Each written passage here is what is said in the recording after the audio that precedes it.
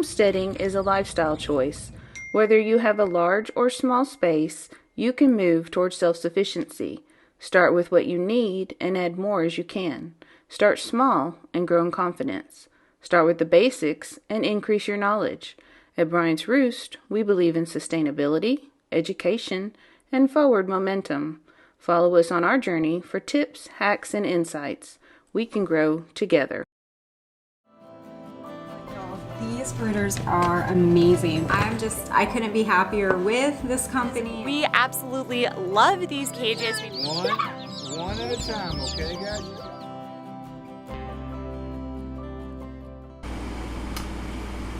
Hey guys, welcome to Coturnix Corner Live. Glad everyone could join us.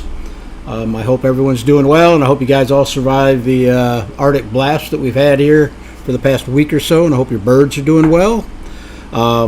Joining us today is Rebecca Lynch and Michael Rose, and we're going to be talking about Celadons today. I know there's a lot of people out there who wanted to have this topic brought up, and Michael and Rebecca both agreed to put together a little slideshow for you guys and take all your questions regarding Celadons. But before we get started on that, I do got a couple quick announcements to run through. As always, shout out to our sponsors, Hatching Time, Thieving Otter Farm, Gopher Ridge Quail Farm, and Bryant's Roost.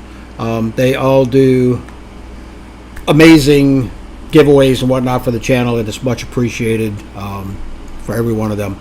Also, shout out to our moderator, Carrie Blackman from Double R Farms. Carrie's over there in the chat room, and he's going to make sure that everybody plays nice tonight.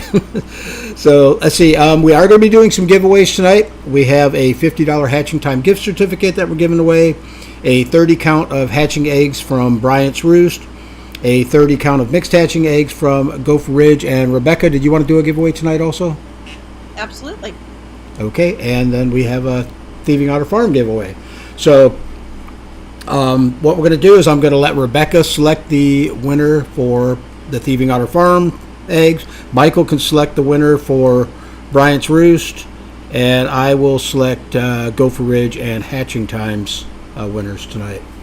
Also, I want to say, you guys, if you have any questions specifically for our guest tonight, make sure you type the letter Q in front of your question, because I'm not going to be reading every comment.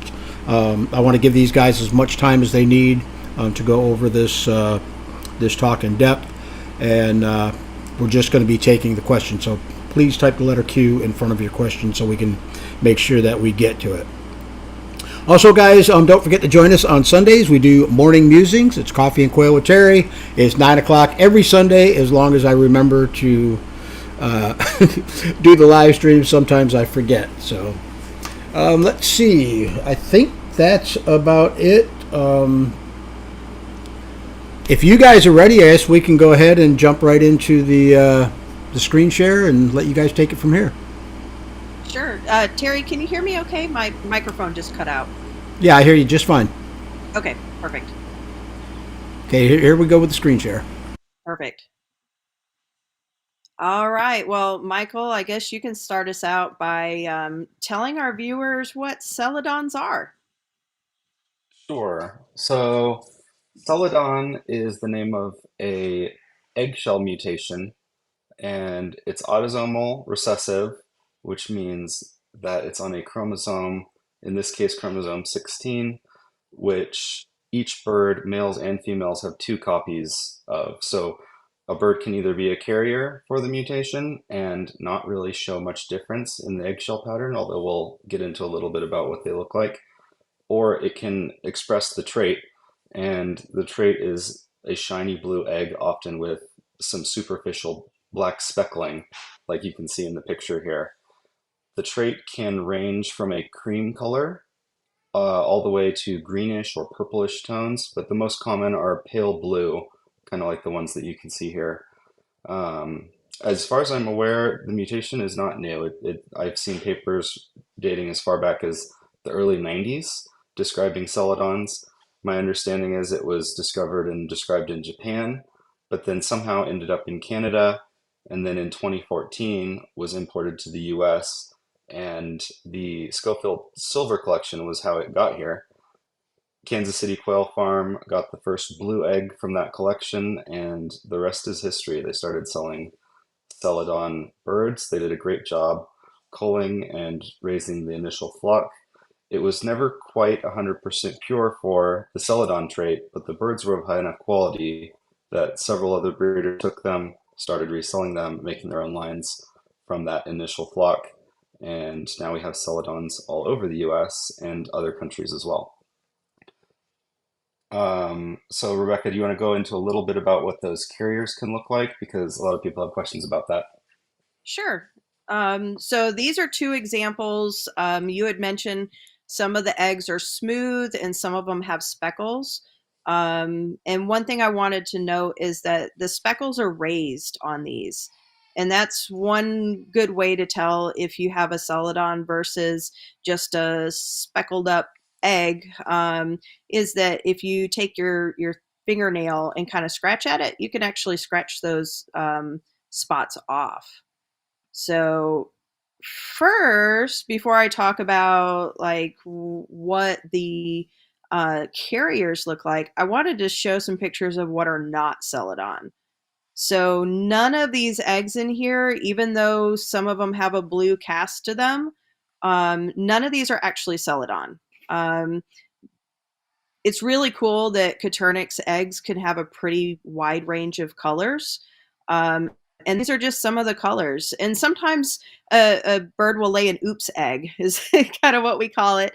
They have a normal pattern and whatnot, and then one day they just lay an egg that's just an odd color, that may potentially be a bluish tint to it. But that doesn't mean your bird has suddenly become Celadon. It's just it was a little off that day. Its egg making parts made a mistake. So these are example of not Celadon, but it gets kind of tricky when you look at Celadon carriers. So the eggs on top, that top row, all have one copy of the Celadon gene, while the eggs on the bottom row have no copies of the Celadon gene. So it's easy to maybe look at these eggs and go, oh wow, cool, I have Celadon in my flock, but just because they just have those little light speckles like that doesn't necessarily mean it's Celadon. So all Celadon carriers will look like that top row, but it doesn't automatically mean you have birds with the Celadon gene. Does that sound pretty good, Michael? Did I explain that well? Yeah, I think you explained it great. And then I guess part of what would help people understand the difference between a bird that has the trait uh, as defined by genetically being Celadon and other birds that can produce similar eggs is the fact that the bird can't change its genetics. It will either have the mutation or it won't, and it will either have one copy or two or zero. And the gene basically mutates the pigment production. And so there's a couple different pigments that give quail eggs those unique patterns. And sometimes when a quail lays an off egg, it won't produce enough pigment, so it will look just like a Celadon egg, but it's not a Celadon bird. So yeah, I'll let you continue with what the carriers produce because it's really interesting. Yeah, so this is just another picture of an egg that the carriers produce. So again, I have eggs in my breeders that look very similar to this that are not Celadon carriers. But this is, an example of what an egg could look like if it was a carrier. So another thing that we see in groups is often people will ask, I have blue on the inside of my eggshell. Does that mean it's a Celadon carrier? And the answer to that is not necessarily. So Celadons will have blue on the inside of their eggshell, but other eggs can also have blue. So this is a good example of a case where this is a blue inner eggshell, but this is from Australia. This picture was from Katie Galley, and she's showing us that the two different eggshell colors that appear in Australia. You get, like a blue tint, and then you get the white. And we know that blue tinted one is not Celadon because they don't have that gene in Australia. So here's another example here of the blue tint inside. So that blue tint does not necessarily mean that you have Celadon. Anything else you want to add to that, Michael? No, I think you said it all really well. This is one of the things that really confuses people when they're trying to breed for Celadon, and there's some misinformation going around online about how to identify the carriers in an attempt to basically get your flock true blue a little quicker by using little clues, and this just isn't a good one. The shells, on the other hand, I think is a good clue. You can at least rule out some birds that are definitely not Celadon carriers by looking at the shell type. Awesome. Okay. Michael, what, oh, I'm sorry. Never mind. It's my turn. I was moving along a little too fast here. So I have some pictures of some issues that can pop up with Celadon. So Michael, first, do you want to talk about maybe like why we need to pay attention to Celadons and some of their issues? Sure, I could talk about it a little bit.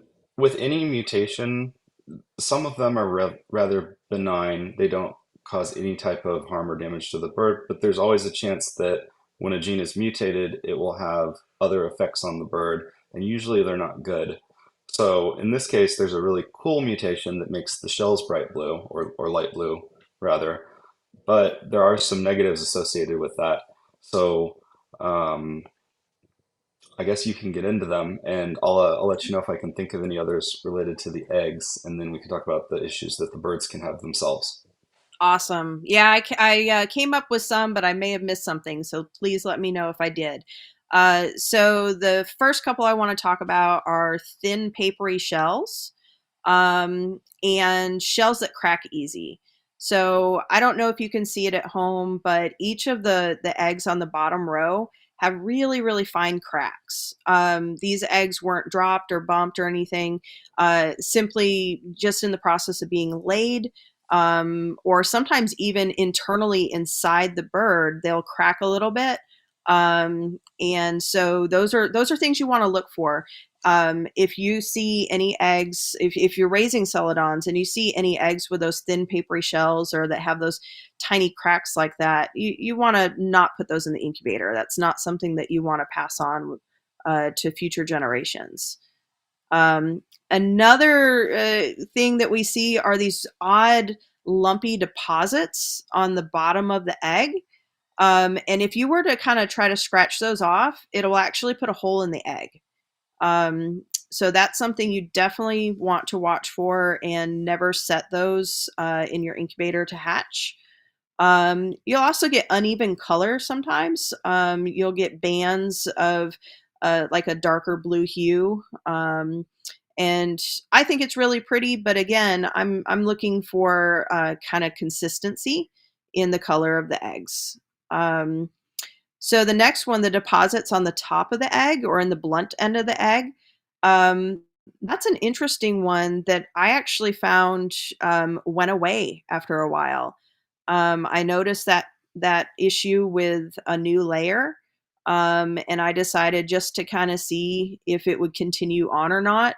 And those actually slowly went away. So I did not cull that bird. And have not seen it pop up in future generations. And then the next would be like small and misshapen eggs. It is kind of a trait with Celadons that they generally lay smaller eggs than just the regular eggs. So you want to kind of select towards larger eggs if they're good quality eggs. If you're not careful, those egg size will just keep getting smaller and smaller. And then you also see that this one right here is misshapen. That's not a normal egg shape, and you wouldn't want to set that in your incubator.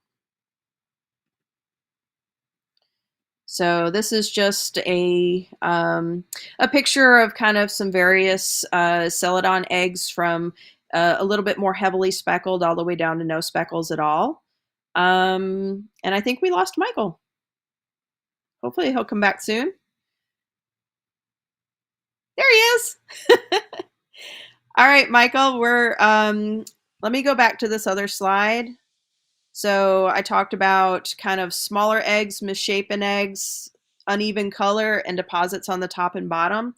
Can you think of anything that I missed as far as egg quality? Can you hear me? Yes, Okay, I cut out for a little bit. I had to call back in. no problem. The only thing that I would add, and forgive me if you said this while I was off the call, but Mhm. the uneven deposits that are on the pointy side of the egg, like you see in that top left picture, I believe are very genetic. And it's not just a deposit, it's actually the shape of the shell. So if you picked that off, you would leave a hole in the actual eggshell.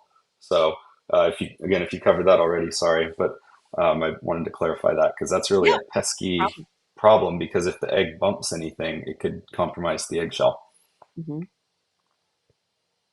Awesome. Well, it is on to you now to talk about are there any qualities associated with the actual bird if they carry the Celadon gene or if they, have two copies of it? So what I've noticed just from my own experience breeding Celadons is that any problem typical to any bloodline of Coturnix seems to be amplified in Celadons and just a little bit more severe. So that can make breeding them a little bit more difficult. It can make incubation a little bit more difficult. They tend to be fragile. Sometimes I think that's because of the thinner shell and the shell quality issues that can affect incubation. The birds themselves are generally about 10 or 15% smaller in size, and so it's a little more difficult to keep them alive while you're brooding them. And they also have higher rates of failure to thrive, in my experience. So they can just be a little bit more difficult all around to raise, but they're not terribly difficult. I would say they're an intermediate level difficulty bird, and it can depend drastically on the quality of the bloodline and what breeder you got your breeding stock from. So if they've worked really hard to breed out the defects that show up, you might not really have that difficult a time raising them because they already did a lot of the work up front. If it's a recent cross, or if you're making your own bloodline of Celadons, or if you're adding new blood and refreshing like a lot of breeders do, unfortunately, if you started with a good line, you might have a whole lot of work on your hands as soon as you do that. And so, yeah, just from my measurements, 10 to 15% smaller on the egg size, a much thinner eggshell, and then 10 to 15% smaller on the bird size. So a few things we noticed in creating our red range Celadon line was that we had some issues with eyes, head shape. We had issues with overgrown beaks. I know other breeders who have had wing deformities and leg deformities, all things that are fairly typical with quail. Just they seem to pop up in really pesky ways when you're raising Celadons because they're a little bit more exaggerated or prone to those types of issues. So, Michael, that being said, is it possible to raise a nice, healthy Celadon line? Oh yeah. Um, and I guess I'll talk a little bit about the process for the one line that we created. I took it from stock we got from Kansas City Quail Farm, and we were getting very small numbers of female scarlets. And I said, okay, that would be really cool to create a red range line of Celadons. And nobody else has really taken Rue and put it into a line of Celadons, at least not that I was aware of. And so I thought it'll be a unique color and I can have them ready in 6 months. And boy, was I wrong. You can, on paper, pure up a Celadon bloodline in just a generation or two if you track the males and see which offspring are laying blue eggs. But cleaning up all of the defects takes generations and generations. So our Red Range Celadon line that I had planned on paper to release after, I think, 2 or 3 generations, I think I was going to keep it an extra one just in case I made a mistake and make sure that they were all laying 100% blue. And I did get them laying 100% blue, but they were not of sufficient quality to release for a long time after that. Me being pretty ambitious and wanting to release them quickly, I raised massive numbers of these birds. We had thousands of them on the farm, and the investment was around $23,000 in birds before we released those. So if you were to take it a little slower and keep a smaller flock, I think you could accomplish the same thing, but it would take even longer. So in our case, that was a lot of money and about 4 or 5 generations of intensive breeding in large numbers with really heavy culling. And the last generation before the release, we actually did about a 75% cull to make the initial breeding groups. And then I went through them again when they were about 5 or 6 months old and did a 97% cull. So all in all, kept about 1% of the birds from that generation. And that's what made the red range Celadon line that we sell now. So what we noticed was a lot of Celadon lines at the time from other breeders, they were fine, and then either they weren't quite true blue or they would fall apart after a few generations. And very quickly after we released that line, they were smuggled into Europe, and Europe had never had Celadons before, and suddenly there were red range Celadons all over Europe.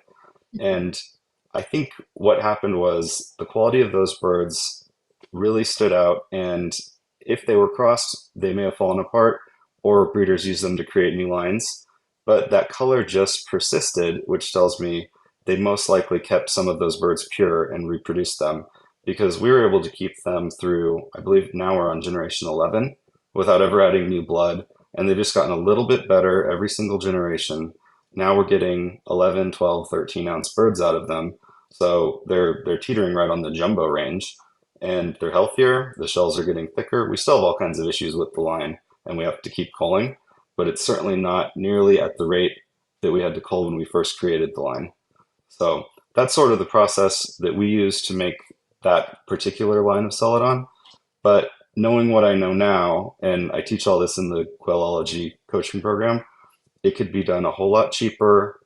It will take a little bit longer, but I think that's more realistic for most people to keep a smaller flock and use some more intensive breeding methods to get that same end result that we got. So I'm working on a few other lines of Celadons now.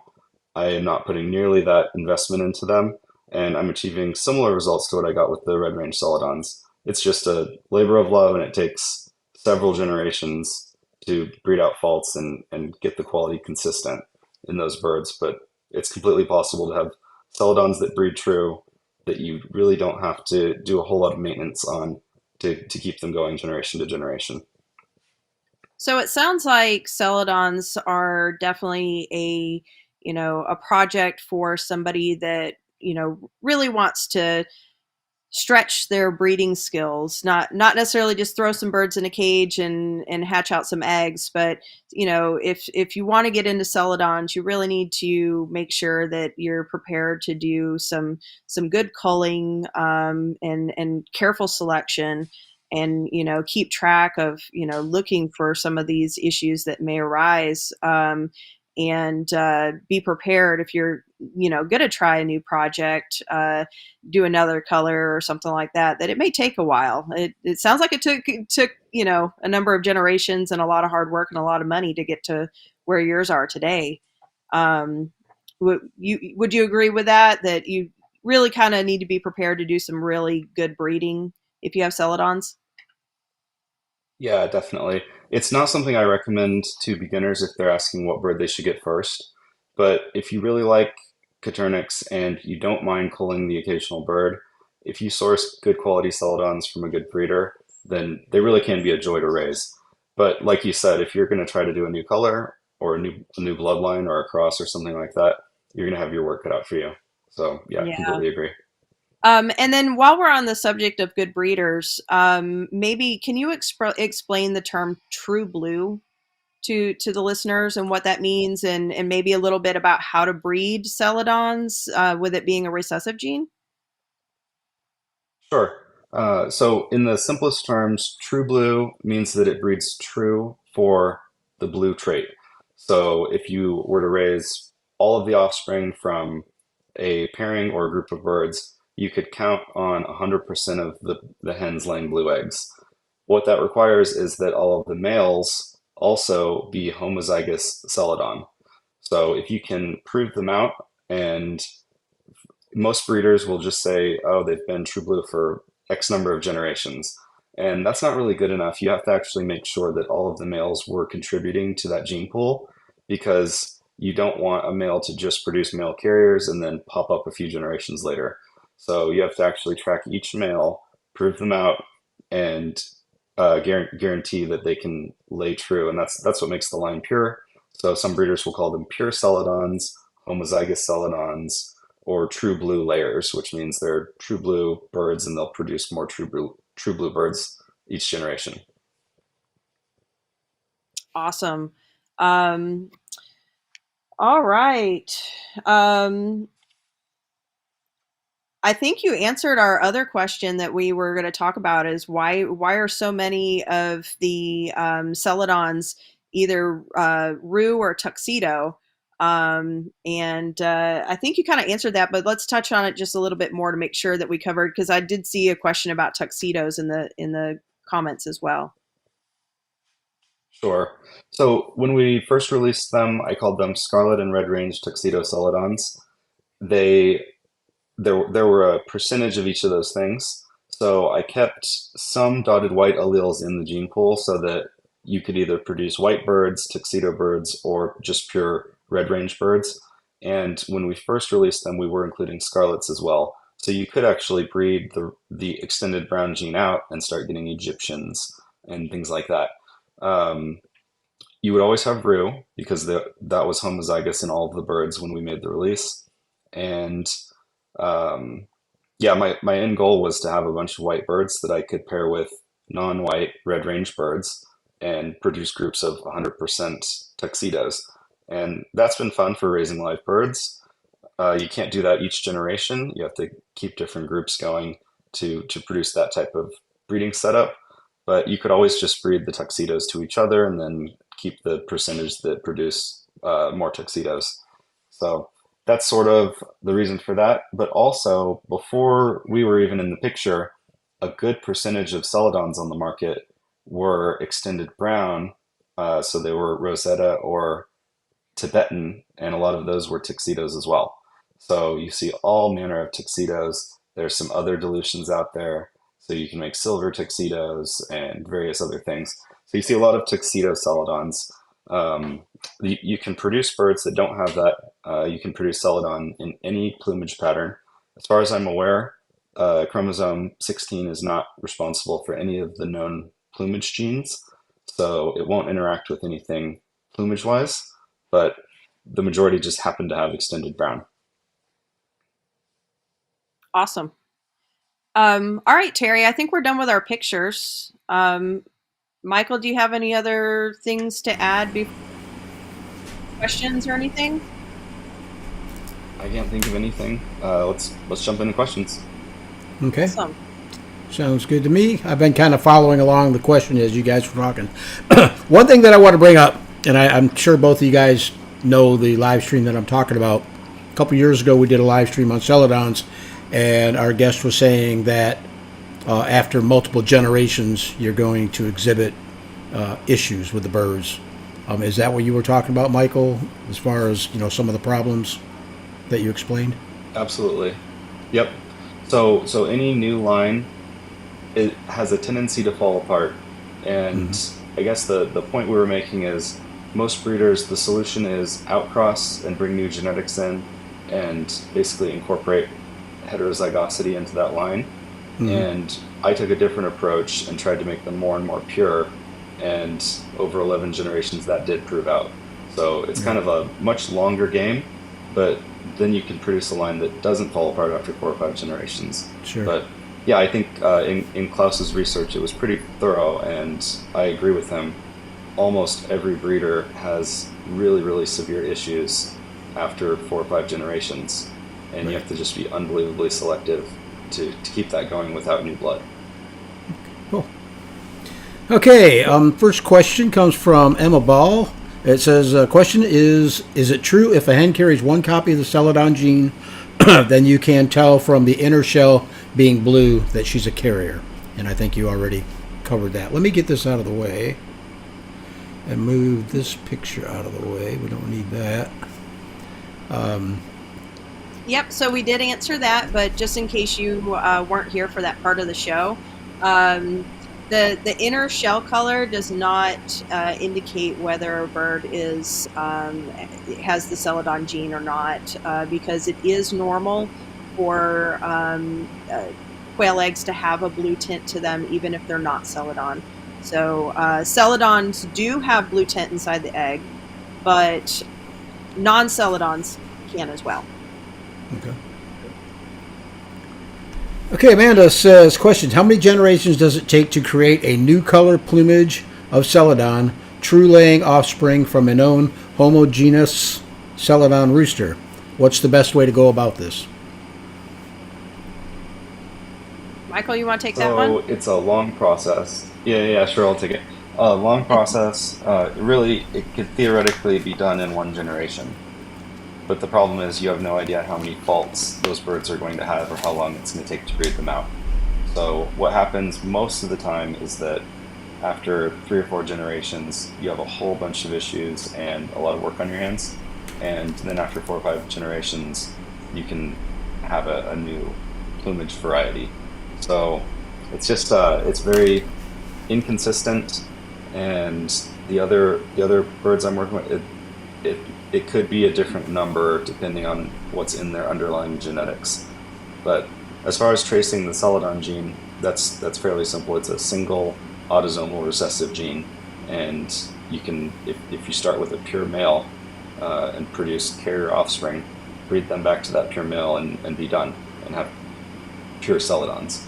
The issue is going to be what else did you introduce into that line that you now have to breed out before they're worth anything. Right. Okay, Jessica says, question, I see that most Celadon layers are tuxedo patterned. Are there any quail that lay Celadon but aren't the tuxedo pattern? Yep, and the answer to that is absolutely. Any color of Coturnix can be Celadon. It just so happens that some of the original breeders happen to have tuxedo and, as we talked about, roux in their lines, so those tend to be most popular because that was what people were buying. Okay. I think you covered this, but I'm going to bring it up anyhow. S&W says, sorry, dumb question. What is a Celadon? I have lots of Coturnix and only seen 2 eggs like Celadon. Can you give us a real brief, what's a Celadon? Rebecca, you want to take that one? Sure. Celadon is a blue egg color gene. So it's a specific look to the egg, but the quail will always lay blue eggs if it has 2 copies of that gene. It doesn't affect the color of the feathers, just the color of the egg. Okay. Gina says, question, are the Celadon popular because of the color of the egg, or is there other reasons? No, that's pretty much it. People sometimes like a new color variety when they collect their eggs, but Right. the egg is still the same nutrients as the other eggs. They still taste the same. The bird's pretty much the same. It's just a shell color. Right. Yeah, and I know a girl out west, California. She says those are her best selling eating eggs are the Celadons. I guess she's got different accounts with stores and whatnot, and they love the blue eggs. Let's see. Marguerite says, question, do carriers have blue inside but faint blue cast on the outside? Your turn for this one, Michael. Yeah, so my experience is that all Celadon carriers will have the blue on the inside, but the faint blue on the outside is hit and miss. Usually they don't. Normally what it is a muted regular pattern. So you get smaller dark speckles, or you get the marbling pattern that's more translucent. What you won't get is the large, dark chocolatey brown blotches like you will on some normal Coturnix eggs. So if you're doing a cross and you're looking for the carriers so that you don't waste time breeding a non-carrier female, then you can rule out a small percentage of the eggs, but the majority of them, it's just this egg has the potential to be a carrier based on what I'm looking at. You can't know for sure until you're done breeding it. Okay, Amanda says, question, I have heard that there are some possible genetic issues with the Celadon lines. Is there ways to prevent this, such as spiral genetic breeding to diversify the genetic line? So I'll take this one and you can add to it if you want, Rebecca. My opinion is that spiral breeding will just delay any issues that you're going to have with the birds. So if you start with really good quality birds, you can immediately put them into a spiral and kind of hold them where they're at. But it's normally more trouble than it's worth. For the majority of flocks, selection is going to remove the problems better than any type of sophisticated breeding program to just avoid inbreeding at all costs, which is what most people use spiral breeding programs for. I think they have their place, but for the majority of Celadon birds out there, it's only going to delay an issue that is in the flock, and the sooner you get rid of that issue, the better. Anything to add to that, Rebecca? Yeah, I fully agree. And just the big point to drive home is no matter what you do, you want to, if you see an egg that has a defect, don't incubate that egg. Figure out which hen is laying that egg and don't use her in your breeding program anymore. If you see a bird that has an issue, don't breed that bird. The only way to, keep a Celadon line going, where the eggs are good quality and the birds are healthy, is to make sure that you cull hard and select really well. Okay. Olive says, Another question, really will the weird root... phenomenon. Go ahead, Michael. Can I add something? I forgot to discuss Absolutely. this earlier. A really weird phenomenon that I've seen 3 or 4 times with Celadons, and I know multiple other breeders who have seen it, is that a bird will begin laying Celadon eggs, and then once it's about 6 or 8 months old, revert to laying normal eggs shortly before it dies. So the typical rule is that if a bird lays Celadon, it does that for its entire life. And in theory, that should be how it works. But there may be rare exceptions where carriers can exhibit the trait temporarily. I've not seen it go the other direction, and I'm not aware of anyone that has. So just to throw another wrench into things, that's why you have to track the offspring from a bird and make sure that all of them are laying blue before you really call it pure. Right. Okay, Olive says, will a roux that hatches from a Celadon egg be a Celadon or a Celadon carrier? So it all depends on what his father was. So if his father was homozygous for Celadon, meaning having 2 copies of the gene, then if he hatched from a Celadon egg, then he will have 2 copies of the gene and, will be able to pass those copies on to offspring. If that rooster's father only had 1 copy of the gene, then he has a 50-50 chance of giving that copy to his offspring. And if he had no copies of the gene, then offspring is going to be inheriting 1 copy from the mother and will then only have 1 copy to potentially pass on to its offspring. So hopefully that wasn't completely confusing. Michael, can you sum that up a little better there? Oh, no, you're exactly right. So the only real way to determine if a male Coturnix is pure Celadon is to track all of its offspring. If it hatched from a blue egg, keep all of its offspring separate. You know he has at least 1 copy of that gene. And then look at all of his female offspring, and if he raised 10 plus of them and they're all laying just Celadon eggs, then you have one that's pure. But if 50% of them are laying non-Celadon, then you know he's just a carrier. Repeat the process, and every time you do it, you have a 50-50 chance of getting homozygous Celadon males. Interesting. In-law Acre says, can an egg be solid, smooth blue, and still not be a Celadon? Yes. I haven't. It That's the seems short as though answer. it's yeah. I don't know that I've ever seen one that's smooth and shiny and blue and not Celadon. Have you, like, It's with a rare. normal? Yeah, Okay. I've seen them. Yep, but it's very rare. Okay. Samantha says, question to all three of you. What's the oddest/unique gift you've received in the mail from fans? I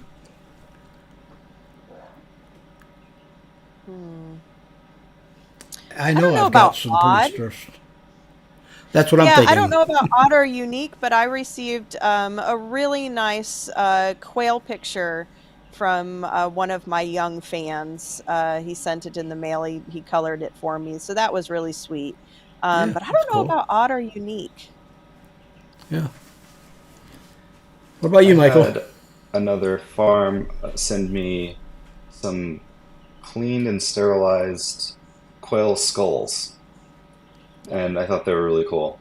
I've Yeah. never been much into skulls, but I started looking into them, and I guess a lot of people will do that. So Right. it was very cool. Cool. Huh. I can't think of anything that I really got that I would say was odd. I got some surprises, like a coffee cup with a an otter riding a emu.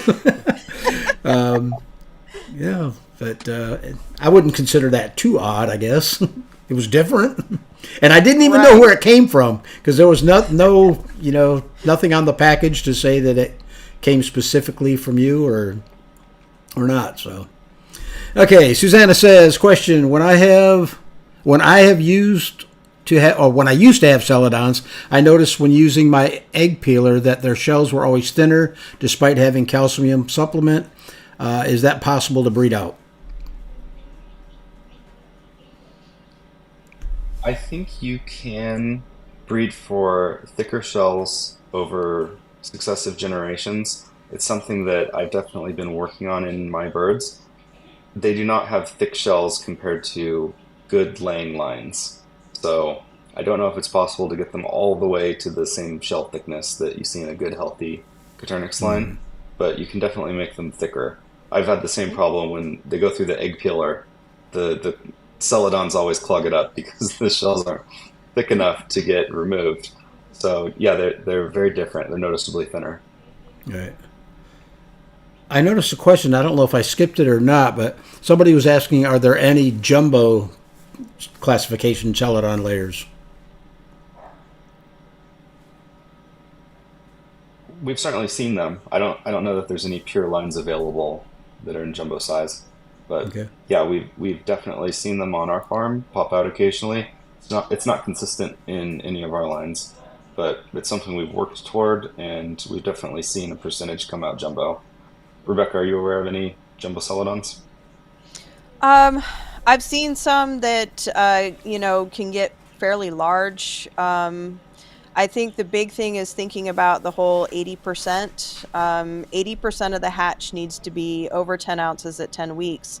And I think a lot of times the jumbos that people see are more outliers. I am working on a jumbo line. I've been working on it for quite some time, but I'm still not all the way to that 80% at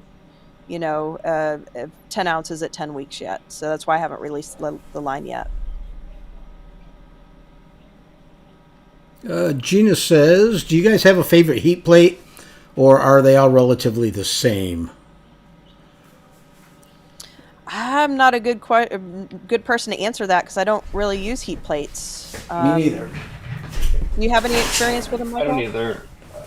I've heard really good things about the Premier One heat plates. They're very That like one? I've seen them. Yeah, the one you're holding, adjustable, and Quill love them. So yeah, I wouldn't Yeah. hesitate to recommend that. I know a commercial farm that uses those. Really? Oh, cool. I used this once, and that was for, actually twice, but that was for a review video. I wasn't a big fan of them because I like to be able to see the chicks, and I also like to know that the heat source is working, which is why I like, lights. I know that they've got heat if the lights are on, so. Yeah, for me, it's more of you really have to make sure that they're at a certain height.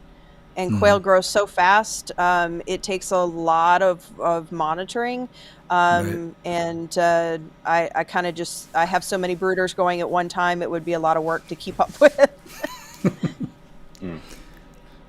You know, especially, I mean, if you have it in a brooder and just say you got 50 chicks in the brooder, if one was to die underneath the heat plate or something, you wouldn't know, you know, unless you pull the heat plate out. I like to be able to see my chicks, know what's going on, but I've always heard that you're supposed to put them in like at an angle, keep the back lower than the front.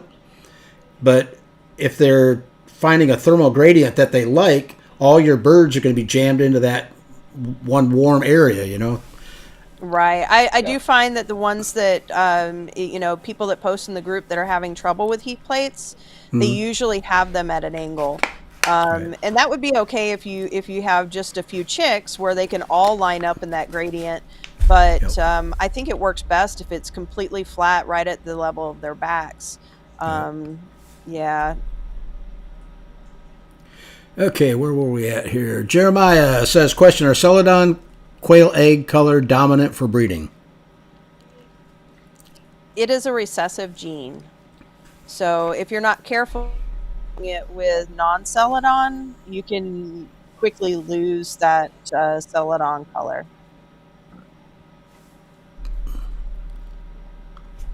Okay, Olive says, question, is it possible to breed for the white or blue inner shell, not Celadon, or is it considered random per bird? Will the same bird always lay the same color inner shell? In my experience, it's completely possible. I do have lines that are not Celadon that have 100% blue on the inside of the shell. So I assume it's possible to do the other direction and have birds that are 100% white on the inside of the shell. I haven't done that personally, but yeah, it's genetic. I don't understand the inheritance on the blue inside of the shell, though. All right. Have you ever got eggs that were really, really blue, like robin's eggs blue? Or everyone I've seen is always a really pale blue, almost white, you know, which is probably why I never showed any interest in them. Yeah, my experience is most of the time when you see the really, really pretty eggs, it's a defective egg. So Really? we have a Celadon bird actually right now that is laying deep teal, like an emu egg. And she lays one every day, but the eggs won't hatch. So you can get some weird colors when they start producing weird pigments. Right. I also find that often it's the new layers that will have the darker blue eggs, and then over time they kind of fade out to that, you know, lighter color blue.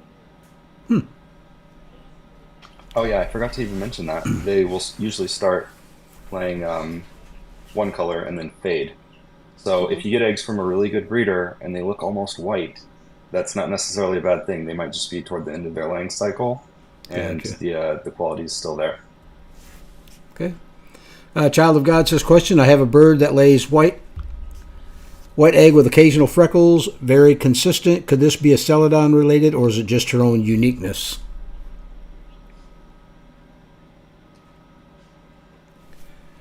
I know that I have some Celadons that their eggs are almost white. I really have to kind of put it up against something that is actually stark white to be able to tell that it's not white.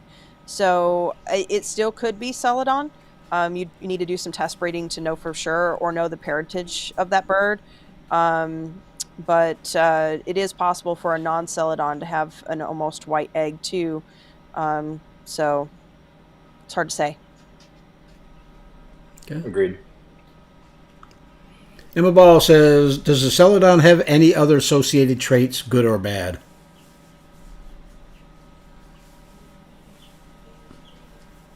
I gave all the ones I could think of Same. off the top of my head and brainstorming beforehand.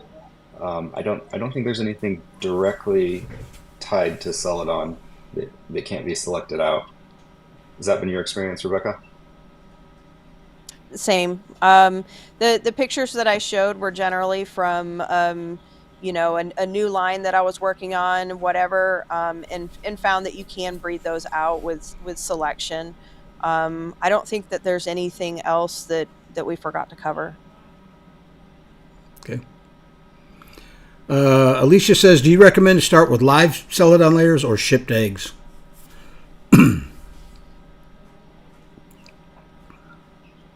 I honestly think Let it's me kind of personal go. preference. Yeah, can I go through pros and cons real quick on both? Yeah. Um, One of the key problems with Celadons and the thin shell and the difficulty in incubation and brooding is that you will normally get a lower hatch rate with Celadon eggs shipped than you would other types of eggs. And the good thing is once you get them established and you're laying eggs on site, you can go right back up to that 80-90% hatch rate that you're used to fairly easily. But you may have to order them a few times with shipped eggs. If you get Celadon eggs and then 5 other types of eggs, it's not uncommon to get the 50, 60, 70% hatch rate on everything except the Celadons, and you only get 15 or 20% on those. So Oh, just be prepared and order extra Celadons. They're already expensive, but plan on either having to order more than one time or order more than you think you need if you want to get a certain number. So yeah, live birds is a great option if you want a guaranteed number of birds at the end of the day. right. This one kind of a follow-up to that. Emma says, question, I've had Celadon alongside non-Celadons with a lower hatch rate. Is this because they need higher humidity to hatch?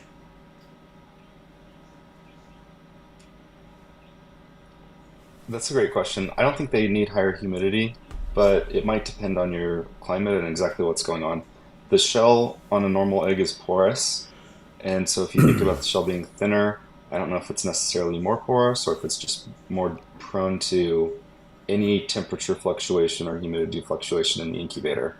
But in a good quality machine, you can get similar hatch rates with Celadons. Okay, Amanda says, question, Rebecca, I heard that you might be releasing a jumbo Celadon line soon. Can you tell us how that's going? It's going well, but you guys know that I won't release something unless I'm 100% satisfied and happy with it.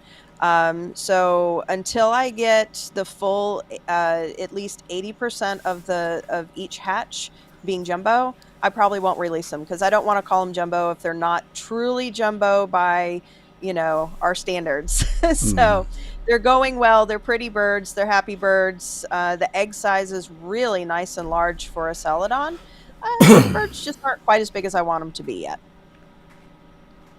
Okay, Modified Chevy says, question, do Celadons lay the same quantity of eggs as normal quail? In my experience, yes. Yep, it's similar. It varies from line to line, but I don't think there's any noticeable difference other than the size is a little bit smaller. Okay. This one's already been answered. Are there any jumbo Celadons yet? Jeremiah says, question, a female Celadon quail crossed over to a regular Coturnix quail, will the offspring lay blue eggs? No, It's a they recessive shouldn't. gene, so no.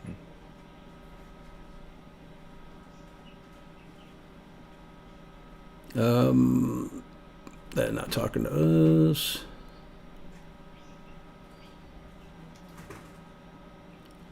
Andy Rabbit says, so all U.S. Celadons are descendant from the breeder Kansas City Quail Farm?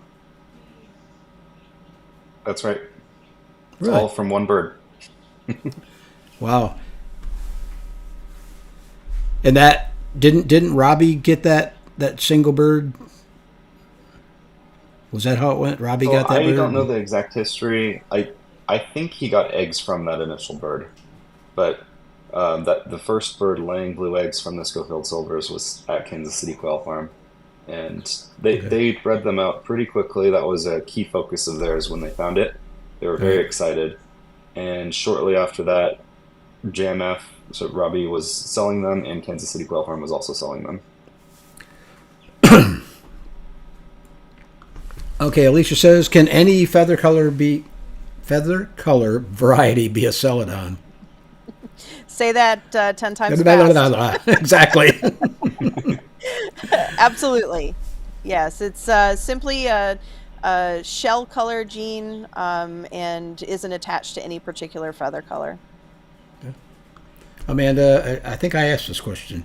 What might cause the darker blues we sometimes see in certain Celadon lines, or is this something a breeder just breeds towards?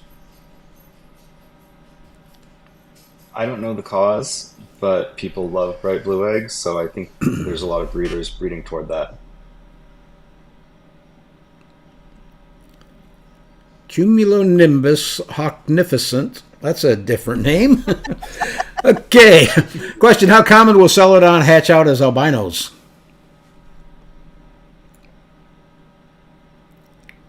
I've I never can't seen imagine one. that would be very common. Albino itself is fairly rare, and then to have a Celadon albino would be even more rare. Do you have any thoughts on that, Michael? That's exactly right. It's completely possible, but I'm not aware of it. Oliver says, question: how difficult would it be to breed Celadon into a pre-existing line? I imagine for recessive colors it could be quite difficult.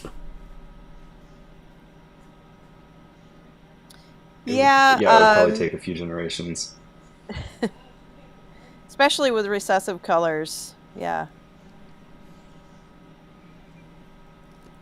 The Steve says, I have 16 Southwest Game Bird Sparkly, almost 4 months old, no eggs yet. I put lights on them 8 days ago. Only a few are crowing. Do I have all roos? Kind of hard to tell. Yeah, that's impossible to know. If you hatch them from eggs, probably not. We've got an article on our homepage at southwestgamebirds.com if you scroll down about all of the mechanisms for getting quail to lay eggs. So I would go there and read through that and see if that helps solve the problem. And if not, you can send us an email. I would say, just to add something into that, it does take a while for their hormones to get back where they need to be to start laying after you add lights. So with it only being 8 days, I would wait a little longer before you get worried about having all roos. It may just not have been long enough on lights yet. Right. Yeah, any change, I think, what's the timeline? About 12 to 14 days? Yeah, I believe so. And that's if you have the right intensity of light. I know some people have added lights, but it just hasn't been strong enough, and their quails, still weren't laying. So they added a little bit more intense lighting, and they started to lay after that. Okay. Emma says, my Celadon eggs seem to have a thicker shell than my standards. Why would this be if you say they should have papery shells? This is why I ask about the humidity. Well, you definitely don't Rebecca, want do you wanna take that papery one? shells. Yeah, some Celadons do have a little bit harder shells than others, and that's great. That's something you want to breed towards. You definitely don't want papery shells, so if anybody else has those, you don't want to breed for those. But you may have just gotten lucky and have a good line with nice thick shells. To clarify that, when we were talking about papery shells earlier, Rebecca was describing that as a defect that you don't want. So, Right. in case there was any confusion on that. Okay, here's one on the opposite end. Becky says, I have one hen that is now laying only bluish color eggs now, and the shell is always too thin to last. Suggestions?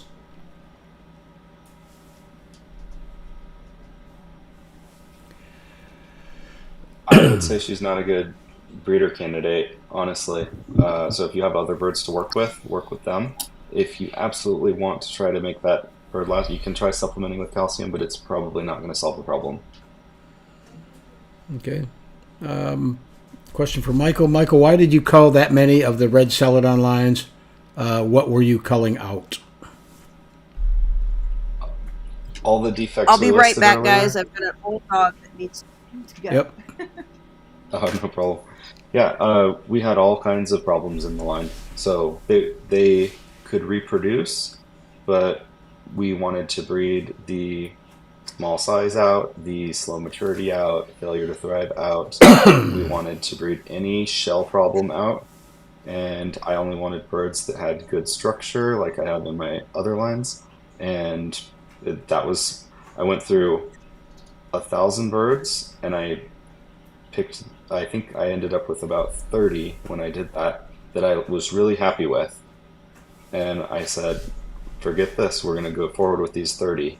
And then I looked back, and when I realized I had already done a 75% cull on those, and then went through all of them and picked 30 that I really liked after they were about 6 months old.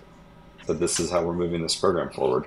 So that was it. We bred a massive number of birds so that we could be hyper selective. But one of the main problems I had was the beaks. And so we had a bunch of shell problems we bred out over a couple of generations. And then I started noticing issues in their beaks. And a lot of times when you're breeding birds, you can only attack one fault at a time, because if you raise 100 birds and every single one of those 100 birds has a fault, what you want to make sure you do is don't ingrain that fault into the bloodline, but keep enough genetic diversity going into the next generation that you can breed the next fault out. So yeah, we just identified one fault after the other and kept breeding them out. Let's see, Mark says, questions, what do y'all recommend for leg band tracking genes? I've used zip ties in the past if I was wanting to band legs. And they come in all different colors, and some of even have numbers on them if you want. Michael teaches a really cool technique in his quailology classes for marking birds. That was one of the best things I've ever learned. We got a tutorial for marking the feet. Yep.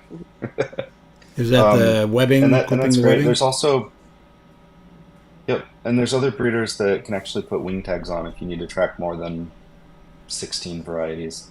So I know a breeder that has hundreds of families of quail, and he has individual numbers that he tags on all of their wings.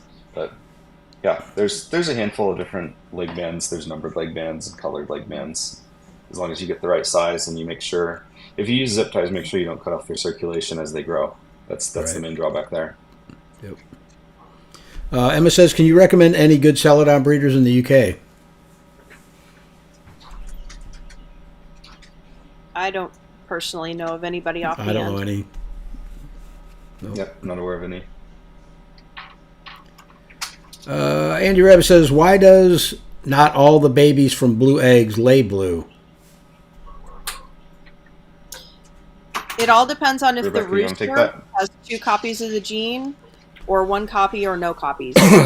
So in order for all the babies' offspring to lay blue, the rooster needs to have 2 copies of the Celadon gene.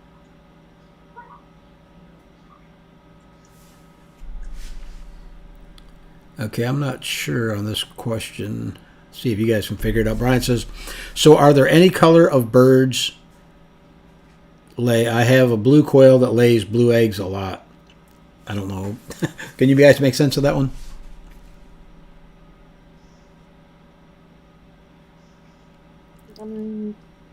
I'm not sure. Is he trying to see if there's a correlation between plumage and identify a blue layer? If that's the case, the plumage won't help. So okay, you'll have to separate those birds out until you figure out which one's laying the blue eggs. Okay, you already mentioned this, but we can touch back on it again. Ethan says, would Celadons be a good mutation for a beginner to start off with? So for the reasons that we mentioned, if you are a beginner and you do want to raise Celadons, make sure you get them from a good, reputable breeder who has been working hard on their lines and has done a lot of the cleaning up of the issues for you ahead of time. Okay. Oliver says, Celadons aren't a thing near me, but a few hours away they seem popular and pricier. Do you feel that there is more profits in Celadons over standard layers as far as eating eggs and hatching eggs?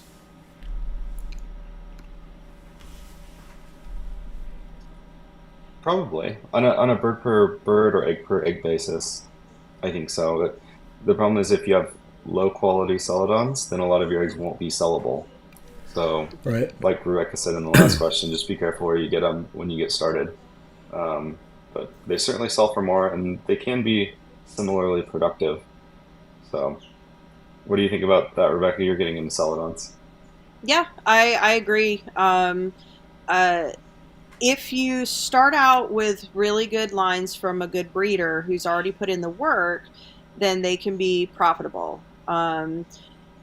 If you are starting out with, you're trying to create your own cross and a new color variation, it can take, quite a while for that to come to fruition and get a good line of birds. And during that time, you are taking up cage space, you're taking up feed, time, water, all that stuff. So you aren't going to make as much of a profit on those eggs. So I would say that yes, people love Celadons. They love buying Celadons. But it's a little bit easier, and you make a little more money if you start out with good birds to begin with. Exactly. Real quick, Michael, I see a question over by Emma. Says, can we in the UK sign up for Quailology? Oh yeah, I think so. It's set up through. Well, you set up the website initially, and it's PayPal. So anyone that can use PayPal can sign up right now. And we're working on a new site to revamp it a little bit, and it'll be international. Cool. Cumulonimbus says, questions? I have quite a few questions. Can a clean feral or any other clean color have a random Celadon layer appear in a non-Celadon line? Will it have one copy of the gene? If so. I would say Take that one, Rebecca?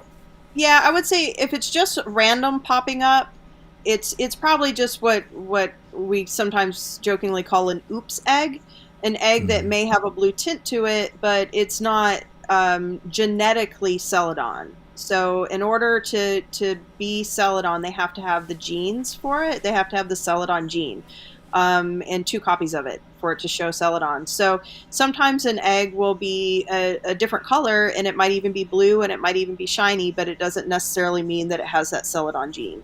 So I would say that if you have a line and they normally lay one color, and then suddenly you see, a different color, that it's just an oops egg, just a misprint.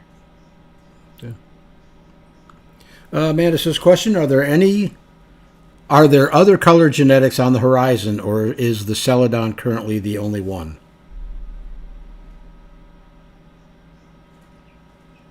So I know there's a good handful of plumage genes on the horizon. As far as eggshell genes, I'm only aware of 3 eggshell genes in existence, and Celadon's the only one publicly available. What are the other 2? Out of curiosity. White eggshell and red eggshell.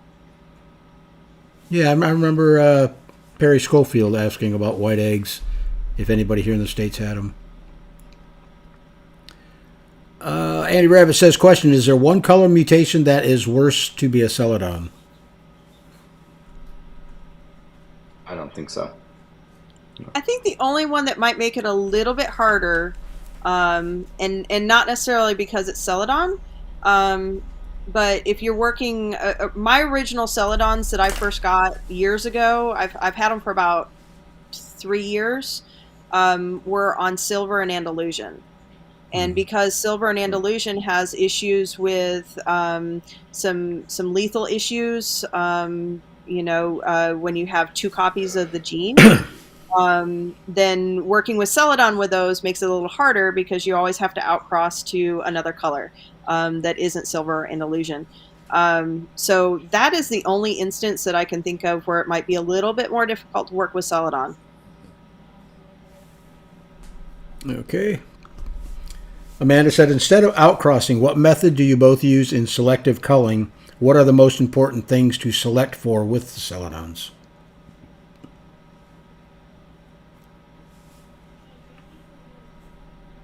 Rebecca, do you want to talk about your experience first? I feel like I've talked a lot about it already. Yeah. So I try not to outcross, because each time you do, you're kind of mixing up those genes and making it, you're setting yourself back in your breeding program. So what I do is I try to identify which birds are problem birds if I'm starting a new line. To speed things up for me, if I have a bunch of birds that I'm working with that are Celadon layers, I'll put each hen in a separate cage and I'll look and see what eggs she's hatching, or I'm sorry, laying. And if any of those hens are routinely laying eggs with defects, they don't get used in that line. So I remove all of those. And then I also make sure I look over each bird very carefully for defects on the actual bird. Once you do that and create a nice breeding group, it goes a lot faster. You start removing a lot of those defective genes in the bird and the egg. Michael, do you have anything to add to that? Normally the first advice I give people if they're doing a new line of Celadons is not to rush to True Blue. That's a really common mistake. You can get to True Blue in a generation or two, but if you just take it slow, live with the carriers, and deal with only having 25% purity, 30%, 40, 50, after 4 or 5 generations of just being really selective on the bird's body structure and keeping an eye out for any faults or major issues with the eyes, head, beak, back, etc., then you can breed a lot of it out before you get to True Blue. Take it, just like Rebecca said, each hen individually once you start getting a lot of blue eggs, and start working out the egg faults. And then by the time you're in 3 or 4 generations of non-True Blue, then you can start tracking males and get to True Blue in a generation, and then the work really starts. So I think the people who rush to True Blue, sometimes their birds fall apart. And so if you just take it slow and focus on the quality of the birds over getting to your end result quickly, and realize what a long process it is for Celadons. And one thing I'd like to add to that is if you do outcross, let's say you wanted to start a new color of Celadon, make sure whatever birds you're outcrossing to have really good traits. So you want to make sure that they have really nice eggshells already. You don't want to mess up your current Celadon line by crossing it to a bird that may have, weak shells or is laying double yolkers or something like that. You always want to cross to something that's already, as fit as it can be. GIS Herp says, how long have the red Celadon been a thing now? So I know they were a thing before we released them. There were some breeders that had them popping up here or there. We released ours on Valentine's Day of 2021, I believe. So if you look back, you'd be hard pressed to find red Celadons before that. Okay, Emma says, what are these negative issues that arise 4 to 5 generations down the line? What are we to look out for? I'll let you take that one, Michael, since you covered it in the show. Yeah, that's okay. So basically, it's all the same negative issues that you can have in any other quail line. Just look for failure to thrive, any type of structural issue with the bird. Particularly, look at the beak and the bird's wings and legs and its head. In addition to that, I usually like to focus a lot on the spine and then the pelvic bone structure, but I do that with any bloodline. So it's just particularly important with Celadons to get the structure right so that they can lay good eggs. And the only unique thing to Celadons is all of the shell issues that you don't typically have with other lines. So the thin shells, the calcium deposits, the papery thin eggs, and all of that. So yeah, after 4 or 5 generations, normally what happens is 1 or 2 of those things just pop up in higher percentages than you expect, especially if you hold that gene pool down really tight in order to get pure blue and went down. I think of the gene pool like a funnel. If you squeeze it down to 1 bird on either or 2 birds or something like that, then you might introduce those issues in much higher percentages than you're expecting. And so it's just a good thing to keep an eye out for once you get into few generations. Okay. Cumulonimbus says, question, is it better to breed spotless Celadon eggs than the spotted ones? I find it's just a matter of preference. I haven't personally found any issues that are different between the two of them. How about you, Michael? If you're trying to sell them for a profit, more people like the shiny, the deeper Clean. the blue, the better. So bright, shiny blue. But we do have customers request the speckled ones, so it's personal preference, just like you said. Okay, Sundial Fragrance says, is the Celadon gene lab created or natural? That's an interesting one. My understanding is it's naturally occurring. It was discovered a long time ago, but there are some labs that have tweaked it, and none of the genetic modifications are in the public. But yeah, there was a laboratory. I've never seen them, but I heard about them from someone who heard about, and they were messing with the genes and making them lay purple eggs and making them lay different shades of blue and stuff like that. So yeah, there's some people that know a whole lot more about this than we do, and they've done some weird stuff with them. Right. Oliver says, question, would keeping Celadons with standard layers be a waste? Should they always be kept separate to prevent muddying the Celadon gene? I guess it would just be, it would depend on your goals. If you're wanting to raise a nice true blue Celadon line, then, adding in other genetics are going to mess that up. It is a recessive gene, so you can lose it pretty quickly. So, if you're going to spend the money and purchase Celadons and you want to see those blue eggs, I would maybe try to keep them separate from your other birds.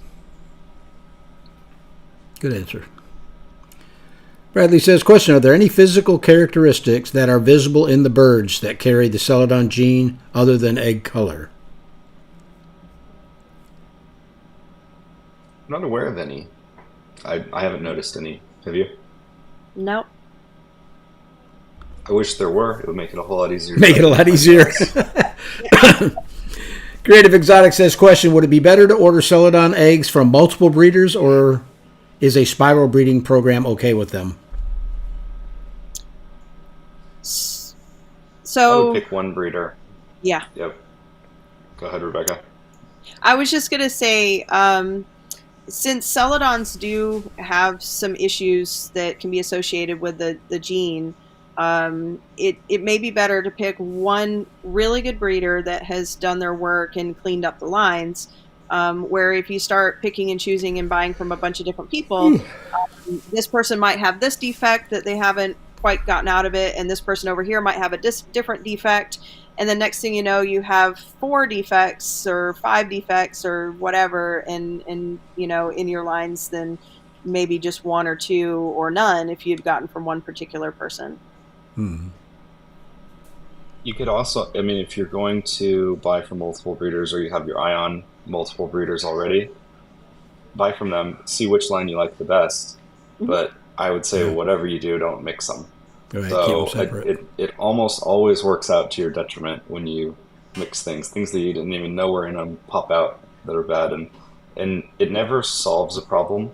I wouldn't say never, but it almost never solves a problem when you mix 2 bloodlines.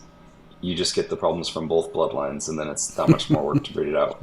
Exactly. Oliver says, would it be worth it to get a Celadon Roux over standard and breed him back to the offspring? Would the children be Celadons?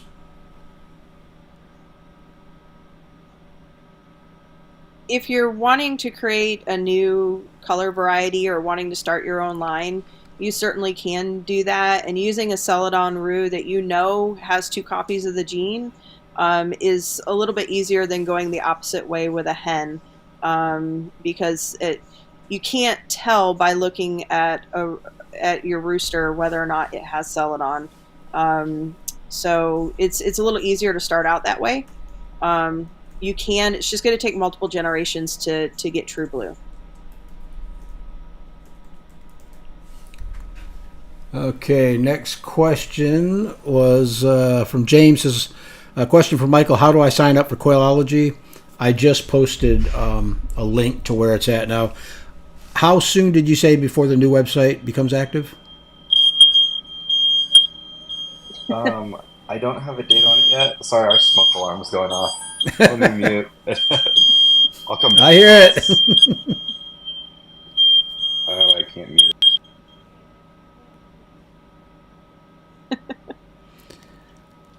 All right, it's off. Sorry CC about that. Quail. That's no problem. Yep, ccquail.com, and I don't have a date that we'll have the new site ready yet, but Okay. I'll announce it and try to be as loud as I can once we've got it ready.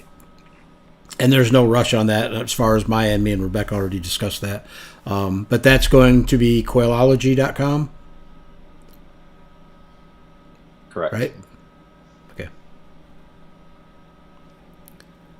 Let's see. Emma says, question, how would you recommend someone start a Celadon line if you only have one Celadon hen to start with? Is it the same as working with any other autosomal recessive gene? Yep. Yeah, I would breed as many of her offspring as possible, and they're all carriers, and all of those males are carriers. And as soon as you're working with them, pick the best one or the best two and move forward with that. Um, and like we said, we there's some clues that you can identify carriers with, and yeah, it's going to take a while. You're starting with one allele, and you're trying to breed that into a whole bloodline. So. Okay, Andy says, Michael, would you mind explaining what your definition is for spiral breeding, please? Sure. So, spiral breeding is basically when you have a bloodline, so it's a closed gene pool, and you make 3 groups of birds from that gene pool, and then you take the offspring from each of those groups, and if you can picture moving the male or females in a spiral and breeding them to the offspring from the adjacent group, and you're essentially breeding all cousins instead of inbreeding or line breeding or doing any other type of strategic breeding. Most people breed in a colony, so they'll just randomly breed and let the birds self-select, and then they will use selective breeding to pick the best offspring. And that's normally the best bang for your buck. It's certainly the easiest management technique. But spiral breeding is a good maintenance tool once you're a little farther along in a breeding program. If you want to just freeze it in place so that it doesn't change much, spiral breeding will increase heterozygosity in a bloodline and make things move a little bit slower for you. Creative Exotic says, how many generations should you wait before you call it true?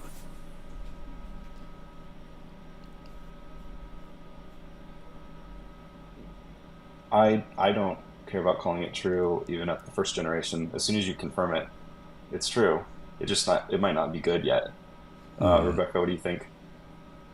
Yeah, I agree. I usually like to do at least 2 generations to make sure I don't have a rooster hiding in there with just one copy of the gene. But yeah, certainly you could do it in with one if you've been careful with the rest of your breeding. Okay, Brian says, question, is the Celadon gene more from the rooster or the hen? Both. It's the exact same. Yep. And that's what's so tricky. You can only see the trait in the hen, but half of the genetics come from the father. Rooster. So, yep. It's not Susanna a says, it's not a zomal trait. Okay. Susanna says, question, why are issues so prevalent with Celadons? Is it because it came from a small genetic origin pool, or is it that the gene something like a catalyst for genetic issues? It's the latter. And I've measured that with hundreds of birds where it's the exact same gene pool, and the ones with the Celadon trait are smaller, or they lay smaller eggs. So it's definitely something about the mutation messing the birds up a little bit. And you can overcome it with good breeding, but they're always a little bit worse in some ways, if that makes sense. What do you think, Rebecca? Yeah, I agree. Yep. Oliver says, do Celadons live as long as standard layers?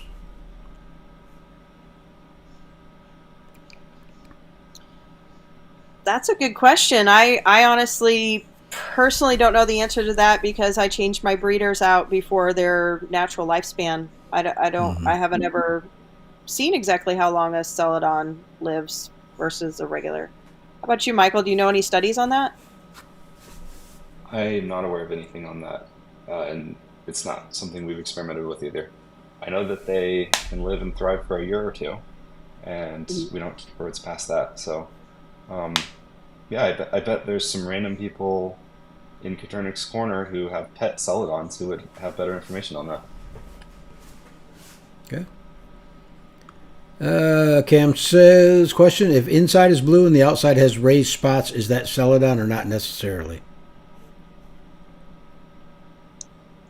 I would say think it's you also exactly what Rebecca described earlier. If you can scratch the spots off, it's probably Celadon. Emma says, if a quail hatches from a blue egg, can you guarantee it carries at least one copy of the Celadon gene? as long as it's not a blue oops egg. So if it's a blue Celadon egg, then yes. Marquita, I think I said it wrong the first time. Question, could we do a what to look for checklist for possible Celadon carrier / true eggs? That's a great idea. Rebecca, do you want to put one of those together with me? Sure.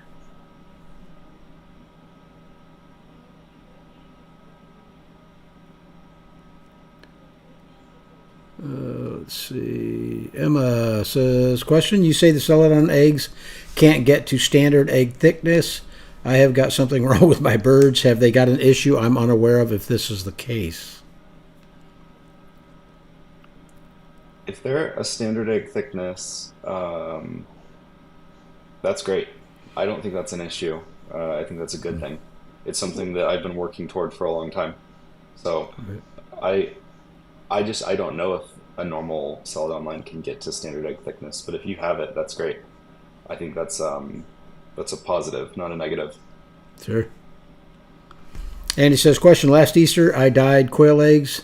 The regular eggs took the colors nicely. The Celadon eggs didn't take the colors at all. Why? I've had the I've same noticed, problem, and I don't know the answer. yeah, I've noticed that the Celadon eggs tend to be shinier than other quail eggs. So maybe it has to do with it, whatever it is that produces that extra shine. Makes You it notice less that too, Michael, that they tend to be permeable. Yeah, a lot of the good ones tend to be shinier. I think there's a lot left unknown still, and most of the research is on pigmentation, not all of the other unique qualities of Celadon eggs. So yeah, there's a lot to learn about them, I think. Creative Exotic says, question, is there anything special you should do to help the chicks that aren't doing as well, or should you just call them? I always call them. They're either that, or if you want to try to help them, make sure that you don't breed them. So some people will separate them and make sure that they, get to the food and water better, or, give vitamins or something like that. But if you do that, just make sure you just use those, maybe grow them out for meat or something like that. You just don't want to breed them and risk introducing that weakness or a defect into your lines. Right. Amanda says, question, in chickens, when you breed a blue egg carrier to a brown egg layer, you get a greenish. Have you seen evidence of this in quail?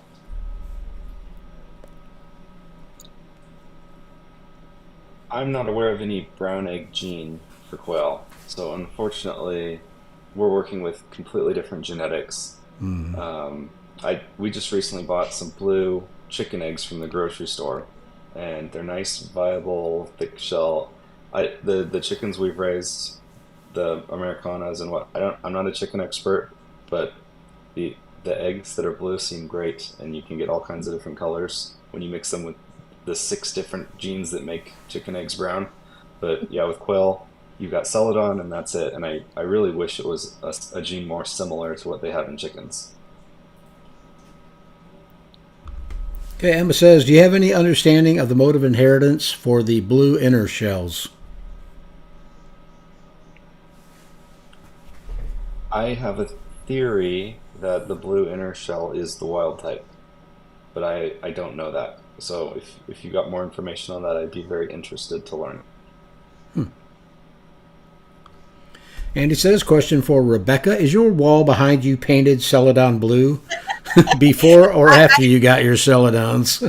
I do happen to really like the color blue, so I do have blue walls in my house. That's funny. Miranda. Not at all. Do you? Yeah, so Have I frozen? I froze. No, you're good. I can see you. Maybe we're frozen. Yep. She hung up. I'll talk for a second. There's a few different types of molts, and I don't think that it's related to the initial two molts I don't think are related to the pigmentation on the egg, and the 11-month molt or second season molt is typically when most breeders will stop raising their birds. And I've kept some Celadons past that, and it doesn't seem to affect the eggshell color. It's just they get lighter and lighter as the bird ages, more and more pale. So I don't think it's related. Yeah. Let's see. Dochuchu says, would you say the quail interest overseas? Oh, I'm sorry. Would you say the quail interest overall has diminished post-pandemic? Why I saw overseas, I have no idea. I would say it's the opposite. I see that the interest in quail has continued to increase. I can say that during the pandemic, my views on the channel skyrocketed. And I figured it's because everybody's home; they ain't got nothing else to do but watch YouTube. That's true. I think a lot of people who got quail then told their friends about them, or their friends saw them and stuff like that. And I think as people realize they're pretty useful, more people are becoming interested. Right. Emma wants to know if the UK Celadon stock is from the Kansas City line. I'm 99% sure that it would be. So I can't see it. So it's theoretically possible that it got smuggled from Canada and reestablished there, but the timeline does not add up. They were introduced into Europe around 2021 or 2022, and they just went all over Europe shortly after that. So they're most likely from Kansas City Quail Farm originally. Oliver wants to know thoughts on the Coturnix incubator. Been looking for a second-hand hatching time of Brinzia, but not ready to buy new yet. Can't find any near me. I've never used one, so I don't know. I've heard a lot of people on like the Facebook group said they've had good luck with it, but I think that's just kind of like a lower-end incubator, entry-level type.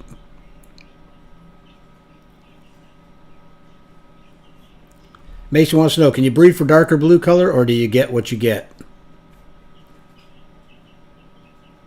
You can breed for it.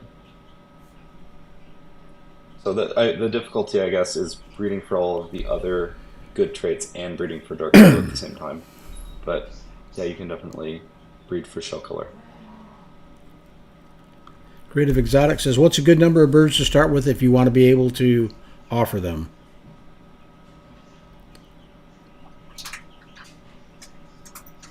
I don't have a good answer for that. It depends on how many you want to offer, I guess. Whatever you need to produce, and if you're creating a new line versus getting an established line, the number could vary a lot. This is a good question. Steve says, how do you track what hen lays what egg, especially with a large number of birds that you both raise? Me specifically, I put them in individual pens. If I'm wanting to know who lays what, I have small pens that I can put one bird per pen and keep track of that. Modified Chevy says, question, so how do you know if the rooster's father's father had the Celadon gene if you're buying from a breeder?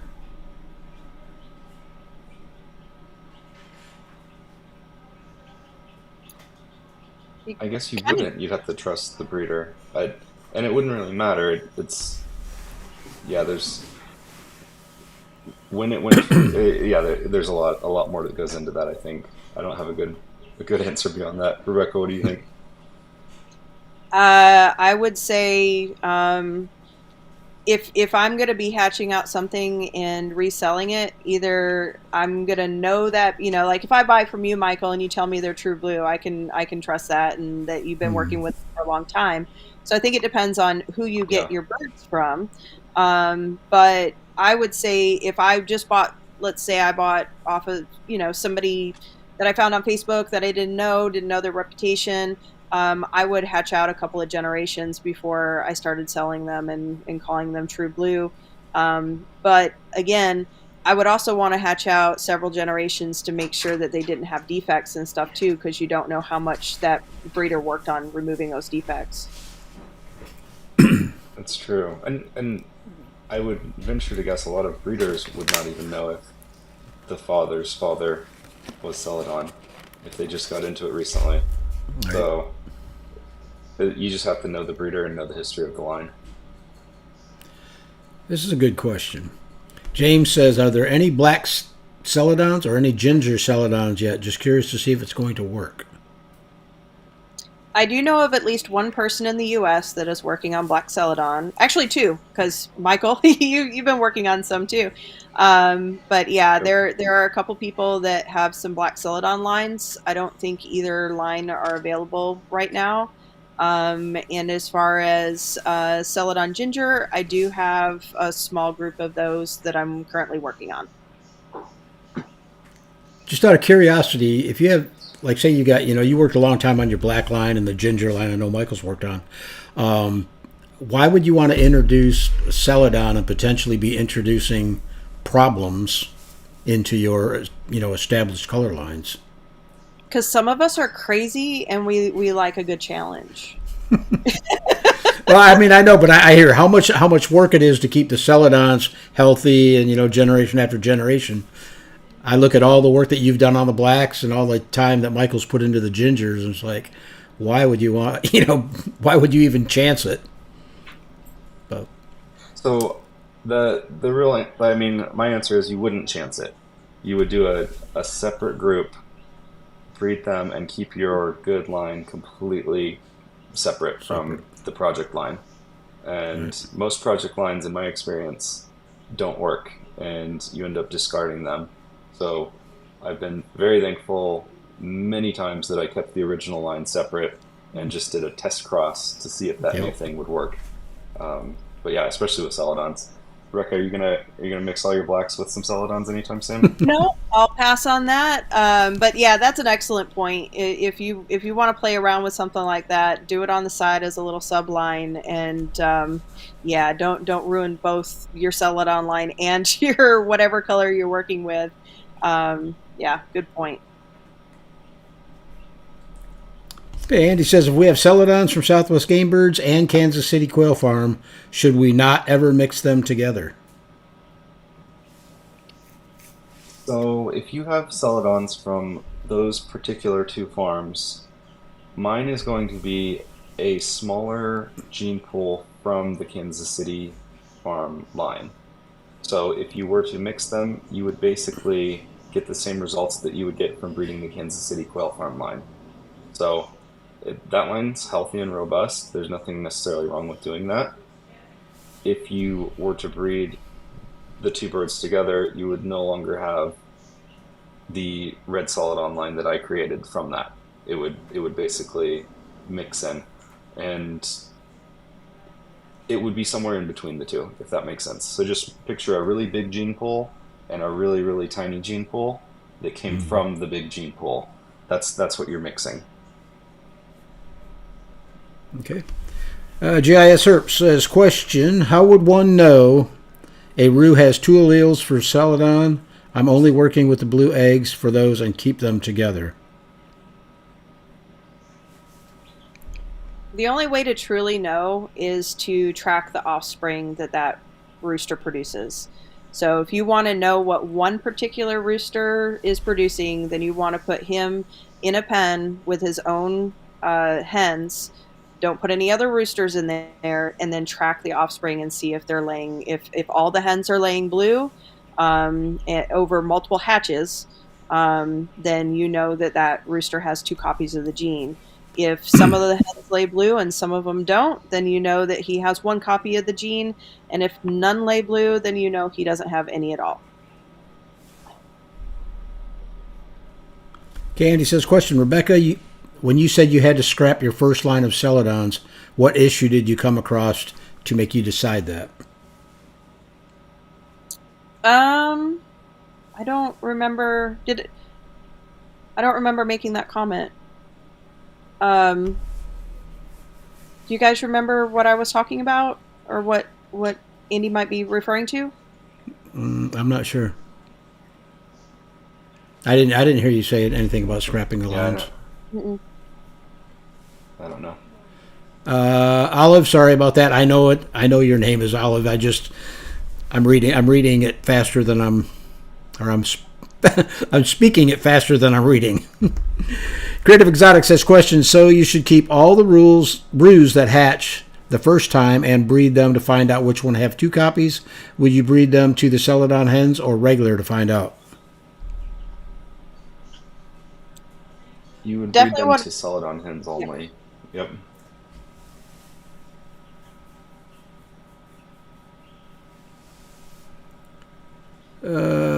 Aaron, so this question, it seems most Celadons, everyone are in the red variations. Is there a genetic reason for this? Michael, I'll let you take that one. So, yep. I guess the genetic phenomenon is called propensity, and it's when you essentially have good dominant genes built into a line that perpetuate their health. So that's my theory, at least. I worked really hard on the Red Celadon line, and when we released it, a whole bunch of people started reselling it, and people crossed it into things, and then the crosses fell apart, but the people who didn't cross it into anything kept reselling them. So that's not to brag, but in my opinion, the reason that they just took off all over the world. So I know the person who smuggled them into Europe, and I watched them spread all over Europe shortly after that happened. And the Celadon gene wasn't there. It certainly wasn't there in that plumage. And the odds of it being the exact same plumage are next to nil. So that's sort of how that came about. That's pretty cool. I need to jump in here real quick. Michael, Yep. you deserve to brag a little bit. You're on, you said generation 11 of your Celadons. And I have that line from Michael, and they're great. So if you can get to generation 11 and the birds are great and nice and healthy, then yeah, you deserve to brag.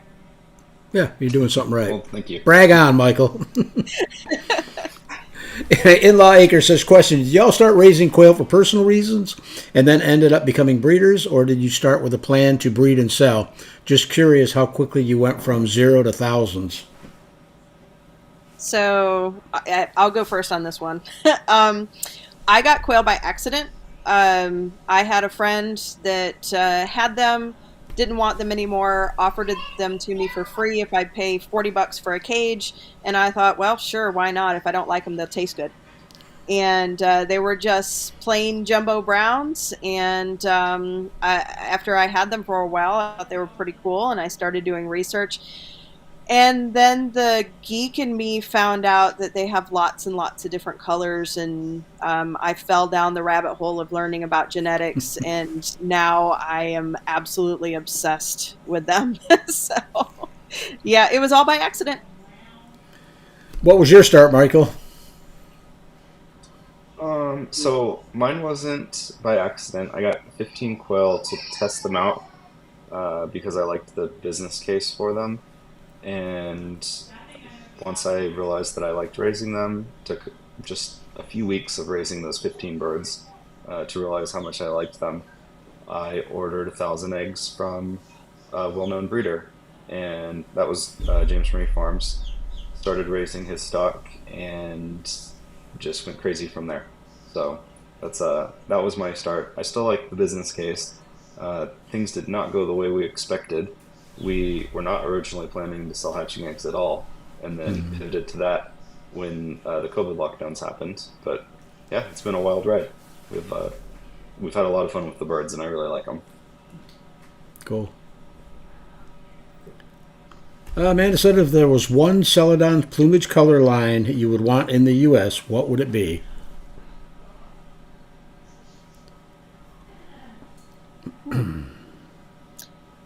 I honestly, because black is one of my favorites, I'm really happy to see that there are a couple of people working on black Celadons. Other than that, I don't know. I think Pansy would be fun too. Pansy's cool. Yeah, I don't know what my opinion is now, but when I started, the answer was Red Range Tuxedo. That's the reason I went after that. And I got that idea from Robbie at James Marie Farms. He said he thought it'd be really cool to have a red and white bird that laid a blue egg, because that's the colors of the red, white, and blue. So, Yeah, I like it. That's kind of the inspiration behind that. The all-American bird. Okay, Andy says, question, if I have a Celadon hen that hatched from a blue egg but doesn't lay blue eggs, how hard would it be to get any blue layers from her? This hen's eggs came from Southwest Game Birds. It wouldn't be hard. She's going to be a Celadon carrier, so half of the genetics that she spreads to her offspring will be capable of producing Celadons. It just depends on who you breed her to. So if you were to inbreed those offspring, you'd have 25% lay blue. But if you have a different male that potentially has the Celadon gene, I would focus on breeding her to that and seeing if you can start getting some Celadons that way. Okay, this is about the scrapping your line. Rebecca, it was in a post you made in a group once when I asked if you had Celadons a year back or so. Got it. A year or so back. Yeah, my original Celadons were part of my Silver and Andalusians. And so I think I kind of scrapped those because it was just really difficult to keep a Celadon line going without crossing to non-Silver and Andalusian colors when I didn't have an actual non-Silver or Andalusian line that was Celadon. So I just kind of kept maintaining the birds and working on ones that were really healthy and kind of kept the Celadon going, but didn't really focus on it for quite some time.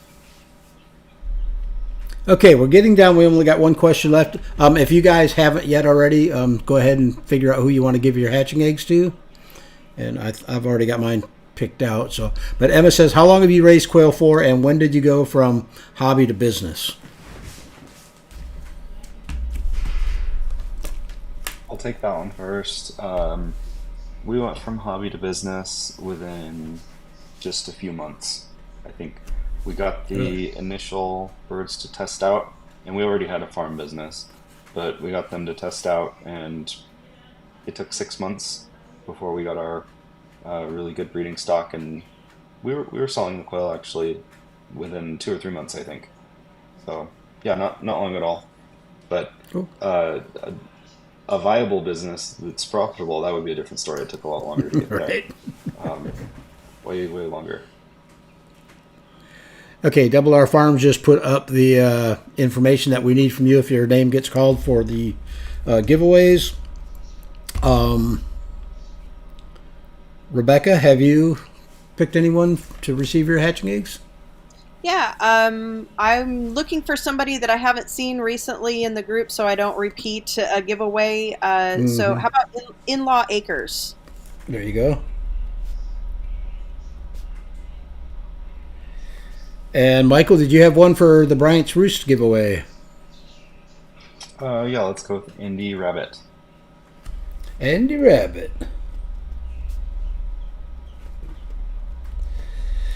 Okay, and Gina Bennett, if you're still in the house, you are going to get some hatching eggs from HP over at Gopher Ridge. And Jeremiah Gorton, you're going to get a $50 Hatching Time gift certificate.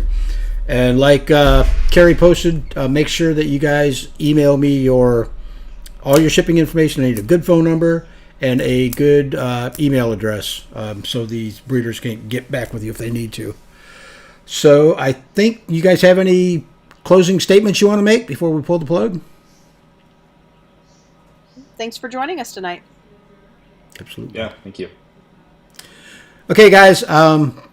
Like our guest said, thank you very much for joining us tonight. Really appreciate it. It was a good live stream tonight. Very excellent information. Thank you guys as always. I appreciate you coming on, and you're welcome back anytime. So, guys, I don't have anything planned as far as next week's live stream, but we're definitely going to be going live on Sunday, so you can check us out on Morning Musings. Other than that, have a great week, and we'll see you next week. Thanks a lot.